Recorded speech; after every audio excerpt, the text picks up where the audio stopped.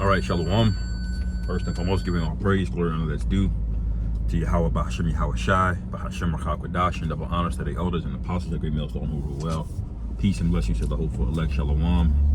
To all you brothers out there preaching in truth and sincerity, Shalom, and Barakatham.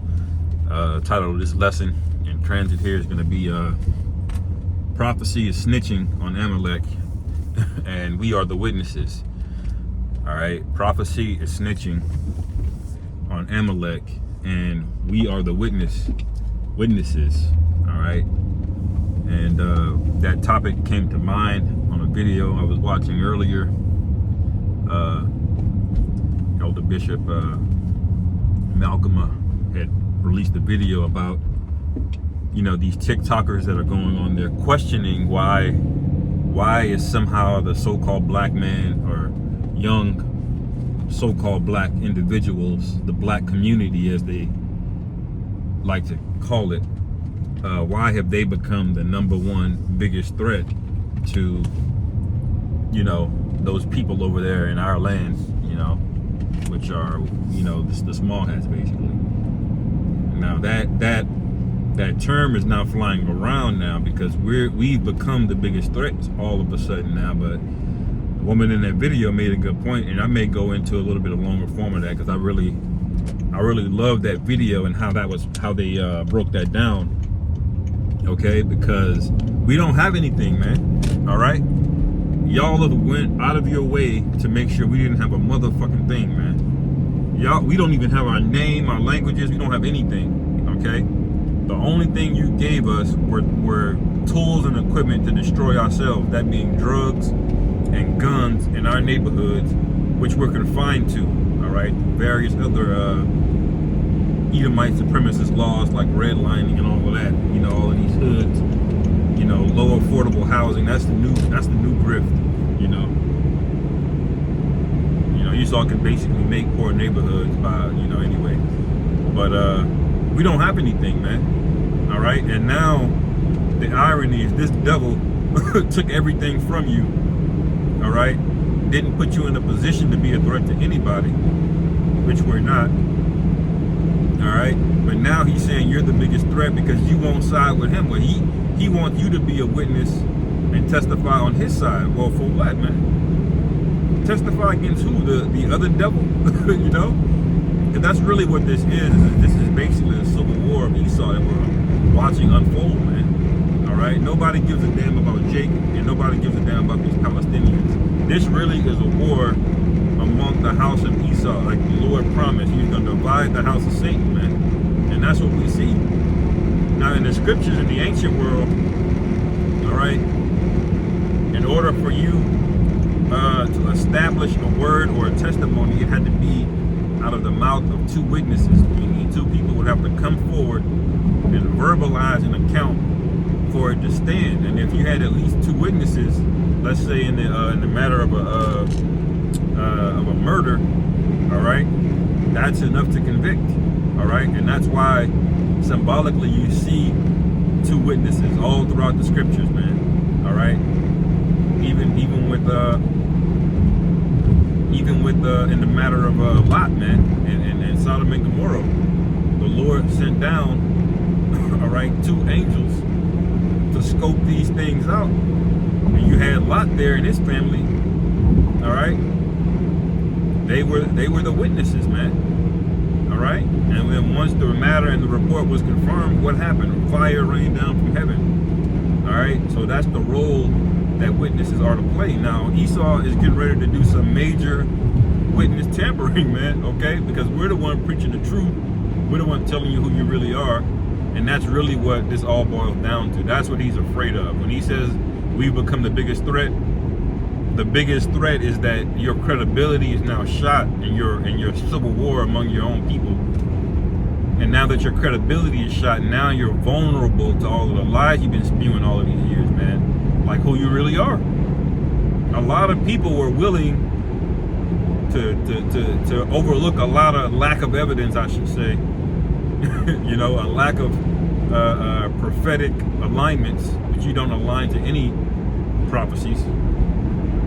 Okay, they've been willing to overlook that, all right, because they were able to get some shekels out of you, man. But now they're seeing you go into prophecy to justify bombing kids. All right, you know that guy Netanyahu and those small hats over there, man. They like, let's nuke them. You know, and even now, you know, even these soft Edomites over here are like, oh my God. You know, they're like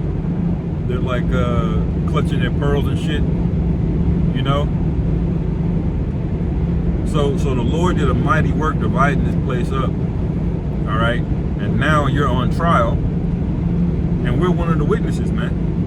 All right, and I can't wait, because that matter with Kanye, man. I believe that was just the Lord foreshadowing. You know, Kanye's a nigga, but he represents something, man. There's a lot of Jakes that had first-hand account of dealing with Amalek, man. There's a lot of Jakes that have first-hand accounts, all right, of being wronged and scammed, all right, and just outright denigrated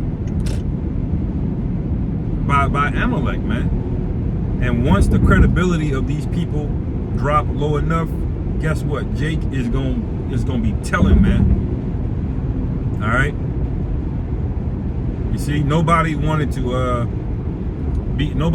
be the first witness against the guy that could kill him. You know, that's how it is in the mob, man. You know, that's why they put so much pressure on you. Watch that movie Goodfellas, man. You know, one rolled over and testified, and then next thing you know, it's just that much easier for everybody else to start coming forward and testifying, man. You know, that's how Bill Cosby got up to 60 women to testify, because once the first few did it, it was like, all right. That's what's getting ready to happen to Amalek. It went from, like in the Cosby case, they ain't say nothing for years. Now, who knows what he did, you know, but I'm just speaking, using that as an example. I don't know how that matter went down specifically, but it went decades of nobody saying anything, man. Why? Because of the fear of what could happen, you know. And that's how it is with Amalek, man. Nobody said anything about this guy because of the fear of what could happen, because of the position that he's in. But it really just takes one or two, man, to crack it open. All right? And now that you're trying to get people to fund you to be a psychopath, all right? Everyone's like, whoa, wait a minute, these people are psychos, man. And they want us to give them money for it. They're entitled to it. You see? When the scriptures say I've made Esau bare, the scriptures are on point, man. The prophecies are unfolding, and the prophecies are the ones snitching on you. All right? See, the Lord allowed us to be blameless, all right, to being that first witness to come forth. You see? We've escaped the blame of bearing false witness, because the prophecies are bearing it. You see? So Esau won't even be able to say we're bearing false witness or lying, because you're just going to be able to see it, man. And I believe we're going to see all kind of things, different artifacts, that the Lord said he's going to make the wisdom of this world be made foolish, man. You know, the entire narrative of who they are, who we are. This thing is getting ready to be cracked open, man, and uncovered. All right? There's a reason that the scriptures say this guy's going to come down with great wrath, man. All right? Because he's going to be embarrassed and humiliated. All right? And nobody's going to be with him, and he's going to have to go to war. He's going to have to. All right? Which he already is at war, but he's going to have even more of a reason to go to war, man. And that's the thing that a lot of these everyday, you know, knob-headed people don't understand, man. All right? The Lord is doing a mighty work, all right? And you're going to be public enemy number one, man, you know? There's a reason why they have a program in America called witness protection. Why? Because being a witness to a dangerous individual is dangerous, man. You see? And so we're going to be put in the Lord's witness protection program. All right? we're gonna be put in the witness protection program, and you niggas are gonna be left out, man. And Esau is gonna hunt you niggas down. All right. He doesn't give a damn if you're willing to take the charagma, none of that, man. That's why it's so wicked to take it, man. That's why we preach against it, and guys that don't break it down correctly, because you literally get nothing, man. Not only is the Most High pissed off and gonna destroy you, but Esau wants to destroy you too, man. You don't get any goodwill by dealing righteously or peaceably with the devil, man. None. He doesn't appreciate it. He doesn't appreciate men of their word, because he's not a man of his word.